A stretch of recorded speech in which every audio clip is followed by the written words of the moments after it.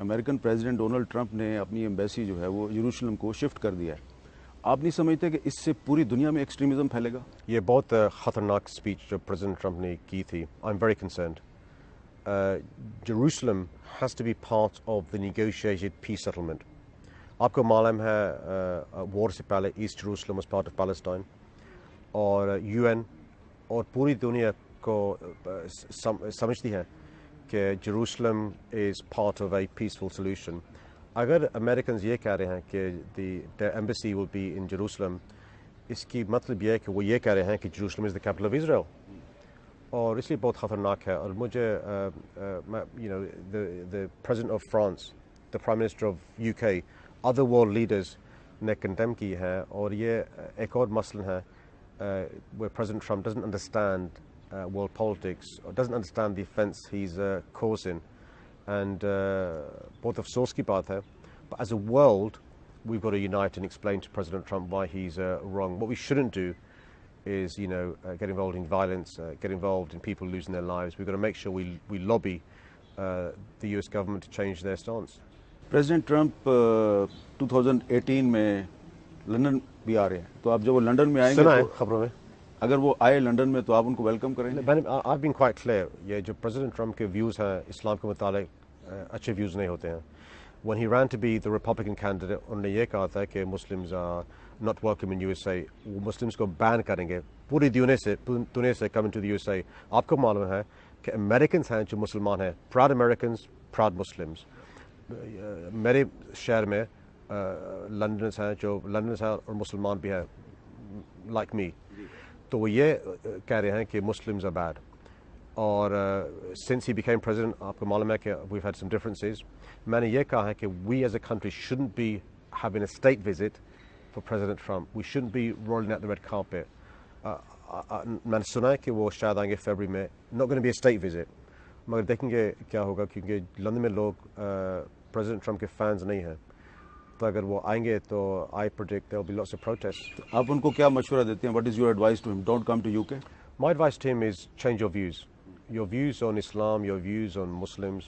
Many of the views you have aren't the views that we have in London and the UK। देखें, लोग कहते हैं कि the USA and the UK have a special relationship। Special relationship की ये मतलब होता है कि we're best friends। अगर आपके पास best friend है, जब troubles होती हैं ना, आप उनके साइड होते हैं। मगर अगर वो कुछ ख़राब चीज़ करते हैं तो आप उनको बताते हैं, listen, you're wrong। In my view, you're my best friend। But just a quick thought, as it's New Year, about what happened in London on New Year's Eve.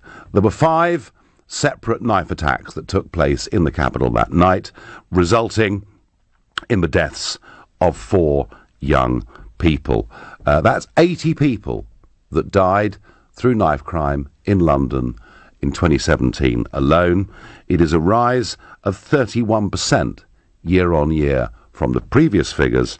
And it isn't just knife crime. All other forms of violent crime are rising very rapidly in London indeed. And I think that when Sadiq Khan, the Mayor of London, talks about these things, he tends to talk in platitudes. I would advise a bit less attacking Donald Trump and other world leaders you don't like. And we need some real tough community action. I'm not saying we can solve knife crime, but I think generally the feeling is we're not, frankly, doing quite enough. For me, this tracks back to one person who was Home Secretary for almost record number of years, now finds herself in number 10, Theresa May. And I think she has to take a long, hard look at her decision to effectively make it akin to a crime for a police officer to use stop and search. She'll be candid with each other.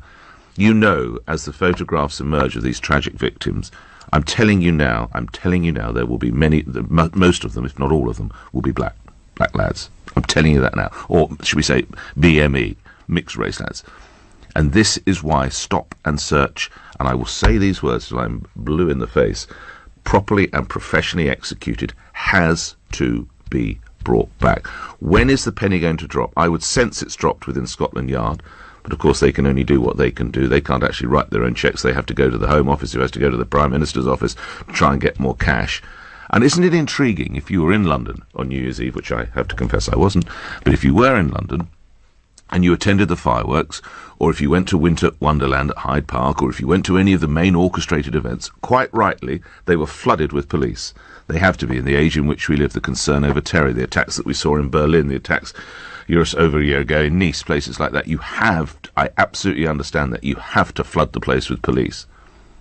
But all the time you're taking that away in the dark corners of North, East and South London, where these fatal attacks are, the police aren't there. So what you have to do is, when you do have police, you have to make them useful. You have to deploy them correctly. You have to have them doing stop and search. And as for the community leaders who moan that it's disproportionate, well, why don't we look at the victims? Because sadly, you'll see, it is disproportionate that the victims are non-white. Congressional investigators said they have found troubling irregularities in the FBI's investigation of Hillary Clinton and her email server. According to a report in The Hill, FBI agents had their investigation micromanaged by higher-level officials in contrast to ordinary practice. You know what that means. The investigators also told The Hill they found evidence the FBI began drafting an exoneration of Hillary Clinton before it had even gathered all the relevant evidence or interviewed more than a dozen key witnesses. Chris Swecker is a former assistant director of the FBI, and he joins us tonight. Mr. Swecker, thanks for coming on. Evening, Tucker. So you've seen this report. I don't think anybody, any American, wants to believe the FBI is not on the level or subject to political manipulation, but that's a conclusion I'm reluctantly reaching. What's your conclusion? Well, as an experienced investigator, it doesn't take a congressional investigation to tell me that nothing about that investigation was right. I mean, those of us that have conducted federal criminal investigations know that you use the grand jury, you use search warrants, you don't hand out immunities like candy.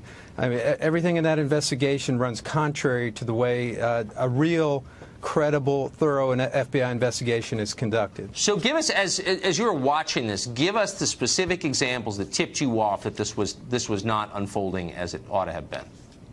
Well, first and foremost, in any complicated federal investigation, the basic tool of the trade is a grand jury. Right. And use of the grand jury to obtain records. You don't go to witnesses and say, "Mother, may I have that computer hard drive? May I have those emails?"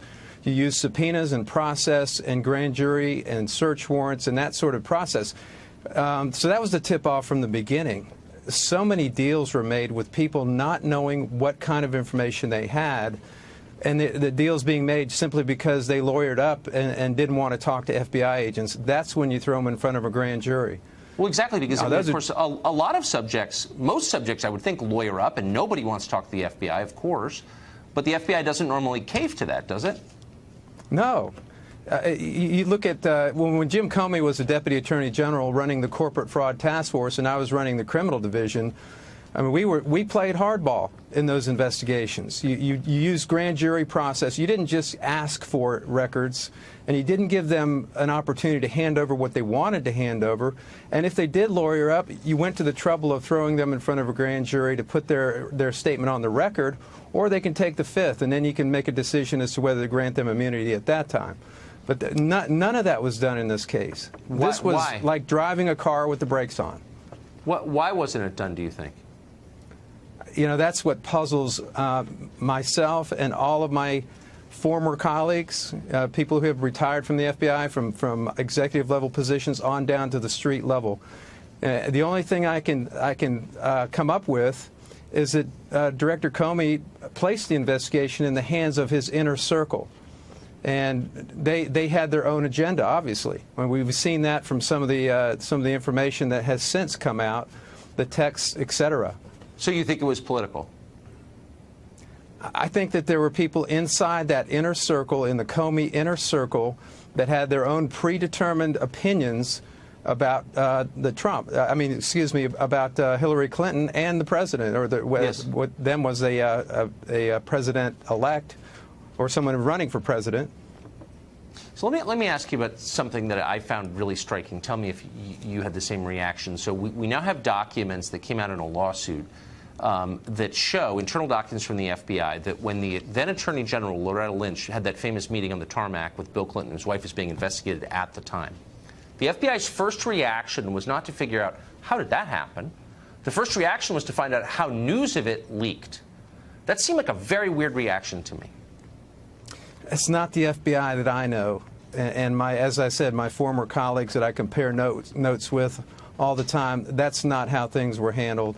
And in former Director Comey's rationale, shall we say, for making this prosecutive decision that the FBI director has no business making, that she was not to be prosecuted, that was based on that tarmac meeting. Well, if that were the case, all he had to do was hand the investigation to the Attorney General's office, let her recuse herself from making that decision, knock it down to her number 2 level person, and then if that didn't happen, then maybe raise the issue publicly.